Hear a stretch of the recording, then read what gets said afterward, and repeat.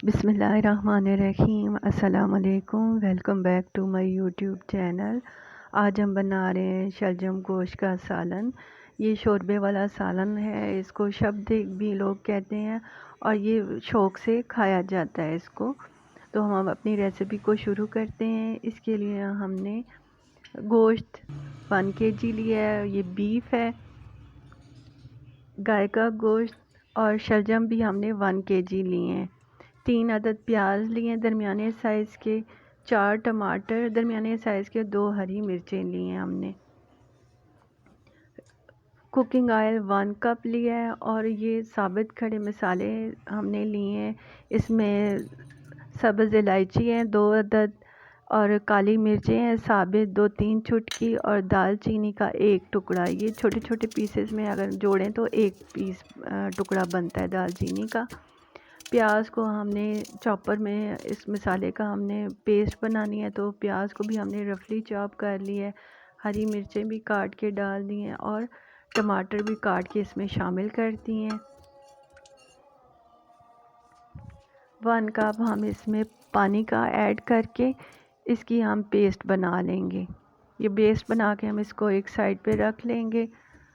अब अदरक का 1 इंच का टुकड़ा हमने लिया है और 10 से 12 जवे लहसुन के लिए हैं। अदरक को स्लाइसेस में काट के हमने ये लंगरी में, उर्दू स्पीकिंग लोग इसको हावन दस्ता भी बोलते हैं, तो इसमें हमने इसकी पेस्ट बना ली है। पेस्ट बना के इसको पीस के हम इसको एक साइड पे रख लेंगे, एक प्लेट में निकाल के रखेंगे, और उसी लंगरी में दोबारा से हम ये लहसुन को भी पीस लेंगे, इसकी पेस्ट बना लेंगे।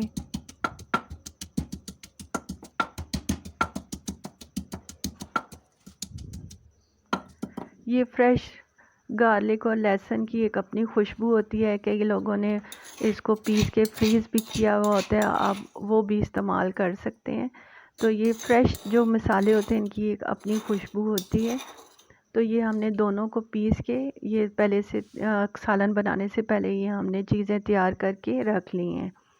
गोश्त को चूँकि गलाना भी है तो इसलिए हम ये खाना कुकर में बना रहे हैं। कुकर में हमने उसको चूल्हे पे रखा है और 1 कप कुकिंग ऑयल हमने उसमें शामिल कर दिया है।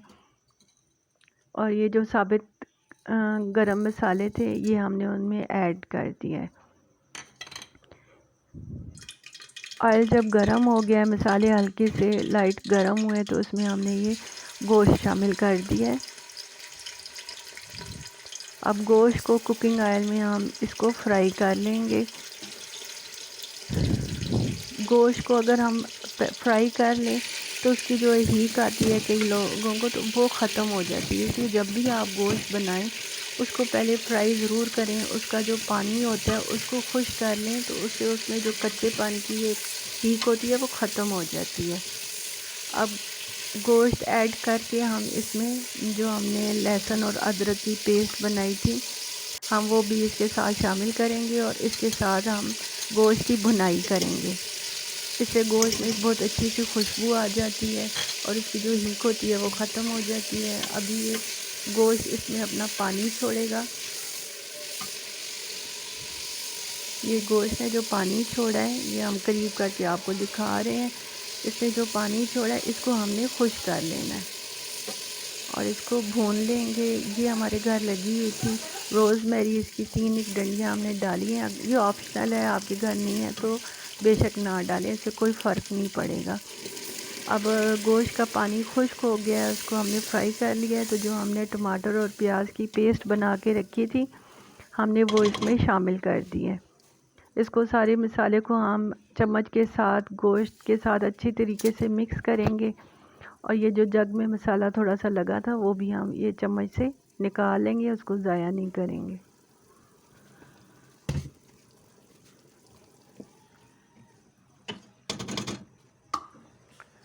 अब हम इसमें मसाले ऐड करेंगे। नमक 2 टीस्पून, कुटी हुई लाल मिर्च 2 टीस्पून,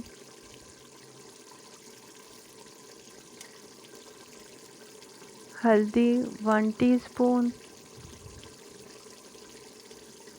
पिसी हुई लाल मिर्च 2 टीस्पून, धनिया पाउडर 2 टीस्पून।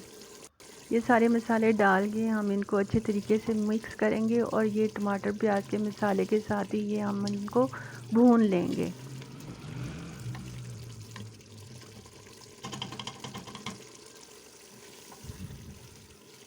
ये अब इसमें ये टमाटर प्याज का पानी कम हो रहा था, अब ये बिल्कुल से इसमें खुश्क हो गया टमाटर प्याज। उसका जो कच्चा पानी है वो भी हमने उसको भून लिया है।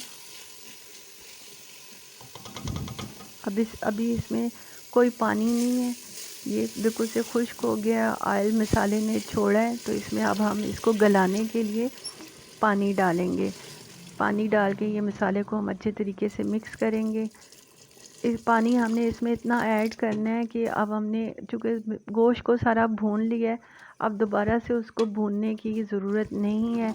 अब हमने इसमें इतना पानी शामिल करना है कि गोश्त भी उसमें गल जाए और जितना हमें इसमें शोरबा चाहिए उतना पानी बच जाए और वो शोरबा रह जाए।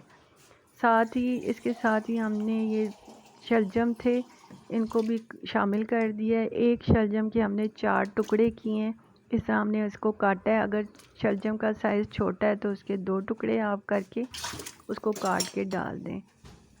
ये शलजम भी अब हमने साथ ही डाल दिए हैं और कुकर को हम 20 मिनट के लिए बंद कर देंगे।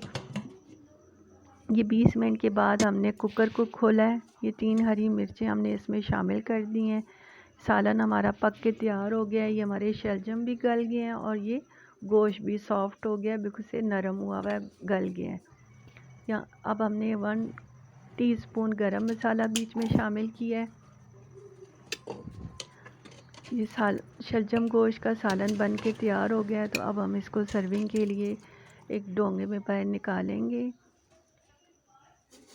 इस पर हम गरम मसाला थोड़ा सा छिड़क देंगे। कसूरी मेथी हो आपके पास तो आप वो भी इसमें शामिल कर सकते हैं, हमारे पास ख़त्म हो गई थी। तो ये हमारा शलजम गोश्त का सालन बन के तैयार हो गया। आपको पसंद आए तो लाइक, सब्सक्राइब और शेयर कर दें। फिर मिलेंगे एक नई रेसिपी के साथ, तब तक अल्लाह हाफ़िज़।